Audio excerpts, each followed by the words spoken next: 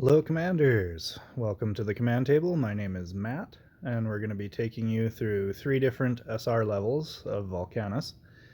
We've got our modifiers back recently, so we'll be showing you how to account for those depending on your star rating. First, however, if you'd please be so kind as to like, subscribe, and if you'd like notifications when I drop new videos, be sure to hit that notification bell. Also, if you have any questions or comments, please feel free to leave those below. Alright, so let's show you what I've done.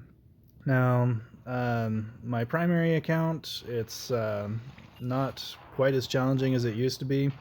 We're just able to pretty much mow right through things. So I'm just going to kind of skim through this real quick, and then I'll show you what I did on my second account, because that one was a little more challenging. The unit levels are lower, the artifacts are lower, and all that jazz. So just show you that kind of a breeze there. But on my second account, which just got to SR15, we'll walk you through the Powerstones here. We're using the Frost Knights. We've got Berzerk and Run Speed because I want them to get to the boss as quickly as possible. Run Speed and Berzerk on the Warhounds, double Berzerk on the Wraiths, and I think that's everything. We're going to cover the modifiers here. There we go. So this is what makes Berzerk work, and anything SR12 and above, you're going to be able to have Berzerk work for you without any acrobatics trying to lower the health of your troops. You'll notice that I am using immunity and force and stun resist. The force and stun resist is mostly for the enhanced melee. You'll notice once the Frost Knights get to the boss, it's game over. They pretty much got him, so all you got to do is make sure you've got all those ads cleared, and they can keep them locked the entire time, even without Claw of the Frost Dragon. So I'm using Spear of Cataclysm just because if it does hit something, that'll help to clear faster, but it's really not necessary.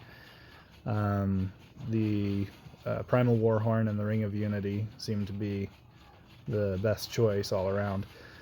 You can possibly use the Amulet of the Panther Queen because of the wounded debuff, but I just find that Ring works great. It gets the job done.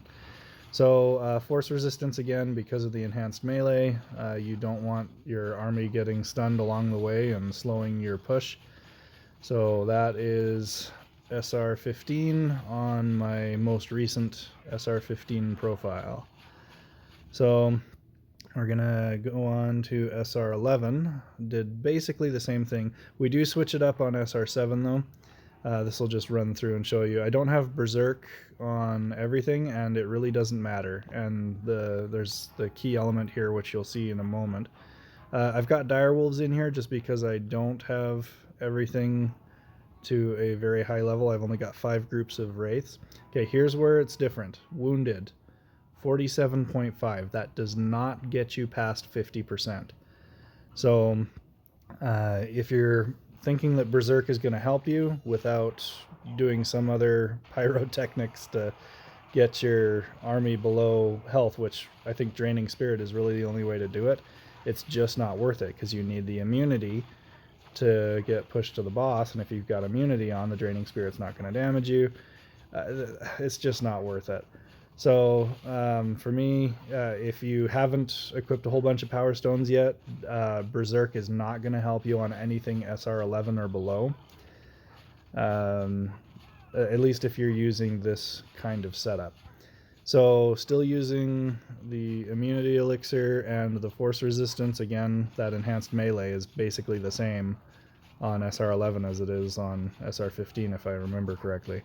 So there's you just don't want your army being slowed down along the way. You need to get to that boss and get them frost locked.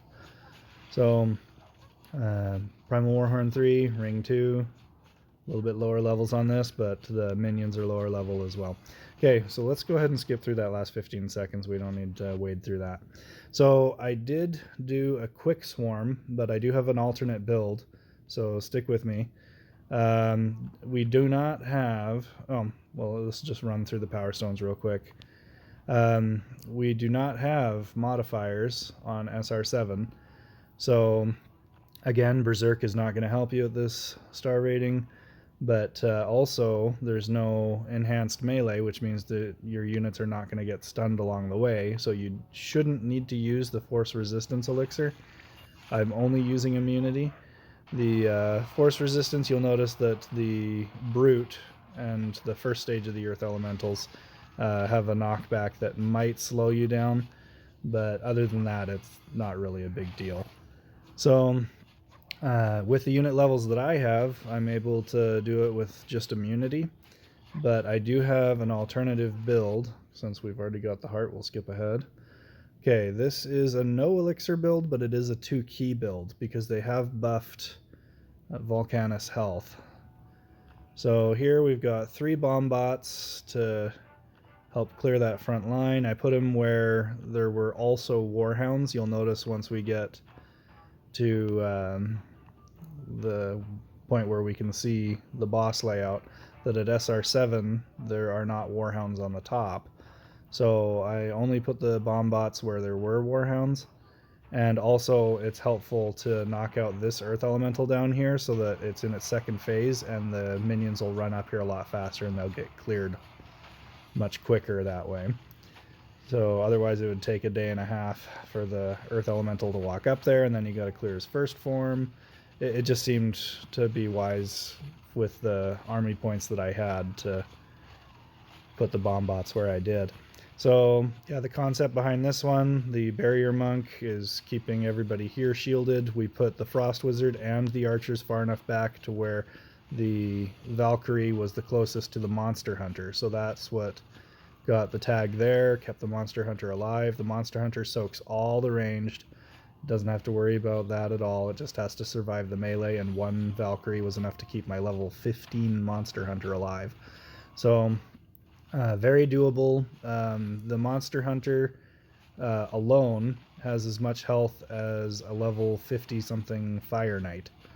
So I don't know if you want to try using a Frost Knight. I don't know if you want to try using a Frost Knight. It'll probably get killed by the ranged units.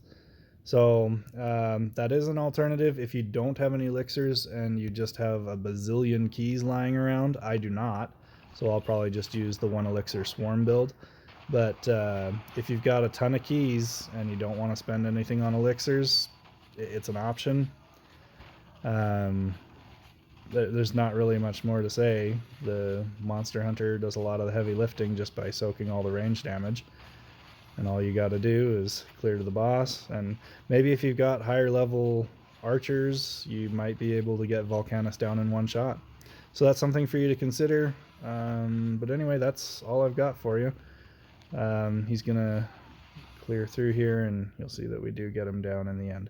So 2 keys for that, but again, if you've got higher level archers, you might be able to get him down in 1 shot. So that is Volcanus for today. We'll see if anybody comes up with any cool builds and we might have an update for you. But until then, please do like and subscribe. And you can also check out thecommandtable.com. Thanks for watching. We'll have more content for you soon.